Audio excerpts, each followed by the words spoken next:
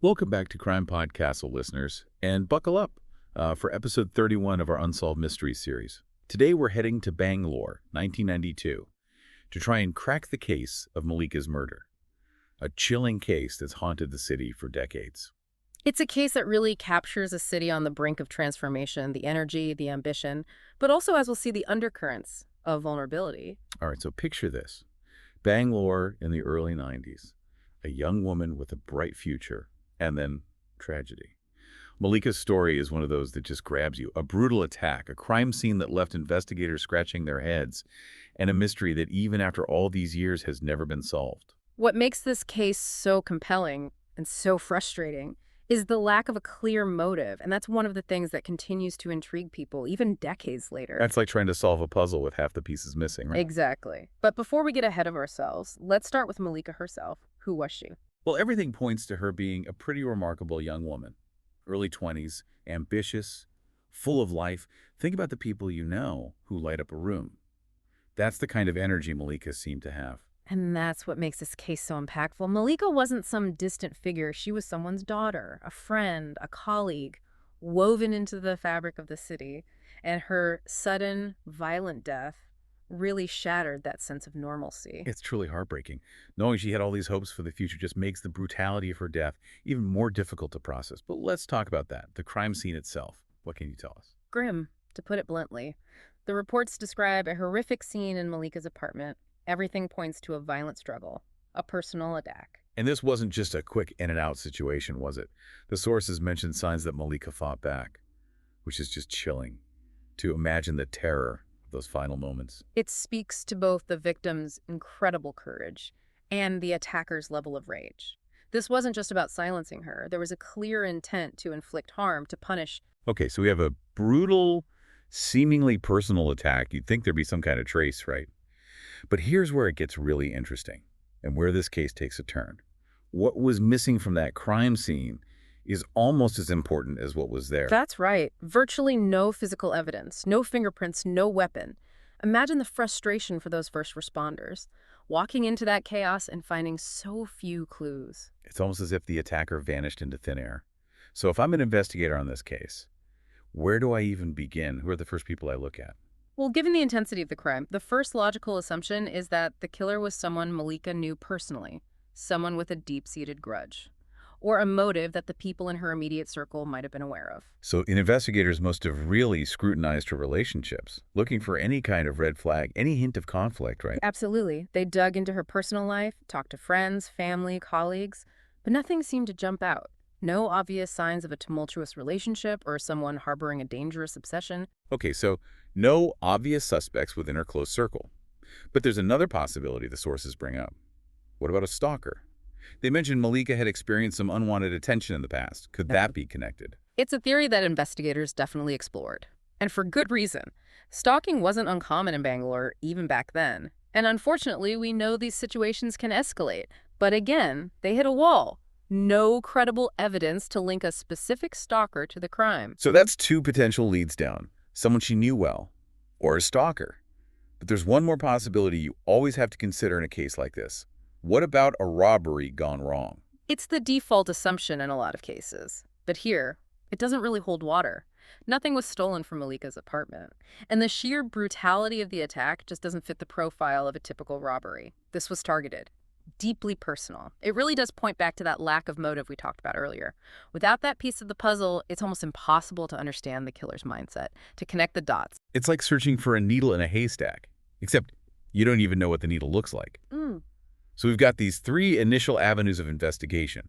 Someone she knew, a stalker, a robbery, and they all lead to dead ends. What happens to the investigation at this point? But without any solid leads, the case starts to go cold. And as time goes on, memories fade, potential witnesses move on, and the chances of finding new evidence become slimmer. But that doesn't mean the theories stop swirling. Right, even with a cold case, there are always those questions that linger, those alternative explanations that people latch onto. So what are some of the more compelling theories that emerged in Mallika's case? One that often comes up in cases like this is the idea of a crime of passion. We're talking about a killing fueled by intense emotions, jealousy, rage, a sense of betrayal, and the sheer violence we see in Mallika's case. That could certainly fit the profile. It's a theory that lines up with the brutality of the attack. But wasn't there a problem with applying to this particular case? Exactly. The problem is there's no clear suspect who fits that description. There's no evidence of a tumultuous relationship, no scorned lover, no one in her life who seemed to be harboring that kind of intense, potentially dangerous emotion towards her. So it's a theory that fits the crime, but doesn't fit the evidence. What about the stalker theory? That one always seems to capture people's imaginations. And as we've discussed, Mallika had mentioned receiving unwanted attention. Could that be connected? Right, it's a chilling thought, isn't it? The idea of someone lurking in the shadows, fixated on their victim, and the lack of evidence, the fact that the attacker seemingly vanished, almost adds to that sense of mystery and fear. But did the investigators ever find anything concrete to link a stalker to the crime? No, not really. They looked into previous reports of harassment, tried to track down anyone who might have been obsessed with Mallika, but again, they came up empty. So two plausible theories, but not enough evidence to solidify either one. What about this last one I keep hearing about, the professional hit or personal grudge theory? That one takes us into a whole different realm of possibilities. It does, and this is a theory that often arises when you have a crime that seems meticulously planned, where the scene is almost too clean, too devoid of evidence. So are we thinking about someone with resources, connections, the ability to cover their tracks effectively? Exactly, someone who wanted Mallika silenced and had the means to make it look like she simply vanished. But here we run into the same problem as before, right? No clear suspect, no obvious reason why someone would go to such lengths to harm Mallika. I mean, is it possible she crossed paths with someone dangerous? Someone with a motive we just haven't uncovered? Sure. But without any concrete evidence, it's just speculation. And that's the heart of the issue with this case. We have these compelling theories, each offering a different interpretation of what might have happened, but none of them are fully supported by the facts. It's almost as if the mystery itself has become a part of Mallika's story, this cloud that hangs over everything. But, it's easy to get caught up in the theories, the investigative details. And we do need to talk about the impact this had on Bangalore, on those closest to Mallika. But before we do that, I have to ask, what resonates most with you about this case? What sticks in your mind? For me, it's that lingering question of motive. It's the key that unlocks everything else. Without understanding why this happened, we're left grappling with an incomplete picture, unable to truly grasp the darkness at play here. It's like a puzzle where you're missing the most important piece. And without that piece, you can never truly see the full image. Okay, so we've talked about the crime itself, the lack of evidence, the various theories that emerged. But we can't ignore the fact that this case had a ripple effect, impacting not just Mallika's loved ones, but Bangalore as a whole. What can you tell us about that? Well, imagine yourself in Bangalore back in '92.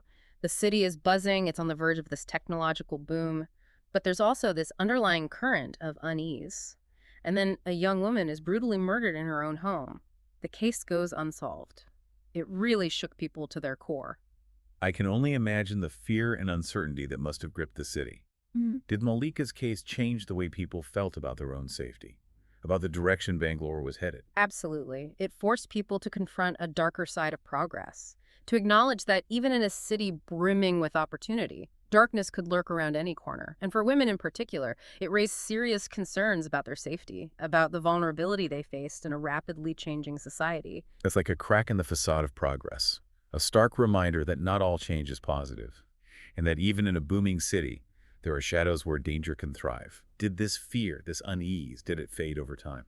To some extent, yes. Life goes on. The city continued to grow, and as with many unsolved cases, the public's attention eventually shifted elsewhere, but the impact of Mallika's case lingered. You mean the questions, the lack of closure. Exactly. It became a cautionary tale, a reminder that even in a bustling metropolis, there are monsters who can operate in the shadows. And sometimes, justice remains elusive. It's a haunting thought that even in a place as vibrant and full of life as Bangalore, a shadow like this could linger for so long. But beyond the fear, beyond the mystery, there's a human element we can't forget. Mallika's family, her friends, they're left with this gaping hole in their lives. And no real answers. That lack of closure is one of the most devastating aspects of unsolved cases. Imagine the weight of that, carrying the grief and uncertainty year after year. It's a burden no one should have to bear. So as we wrap up our deep dive into Mallika's case, I want to ask you directly, listeners, what stands out to you? Which theory, if any, feels most plausible?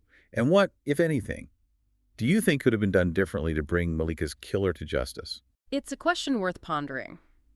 And it speaks to a larger issue. How do we, as a society, handle these cases where the answers seem just out of reach?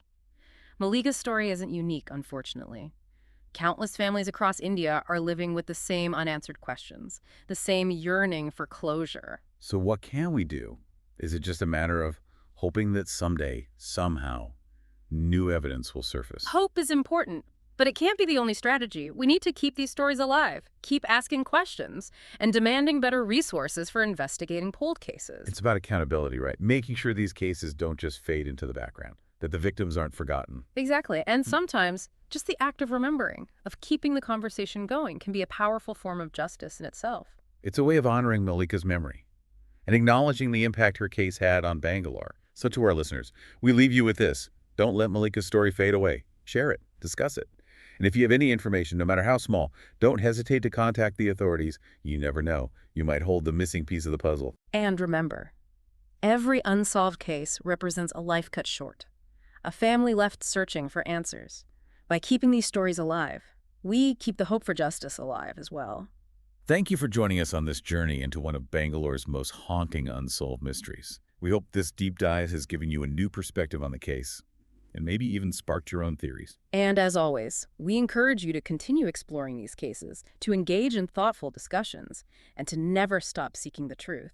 Remember to follow and subscribe to CrimePod Castle for more deep dives into India's most intriguing unsolved mysteries. Until next time, stay curious, stay vigilant, and as always, stay safe.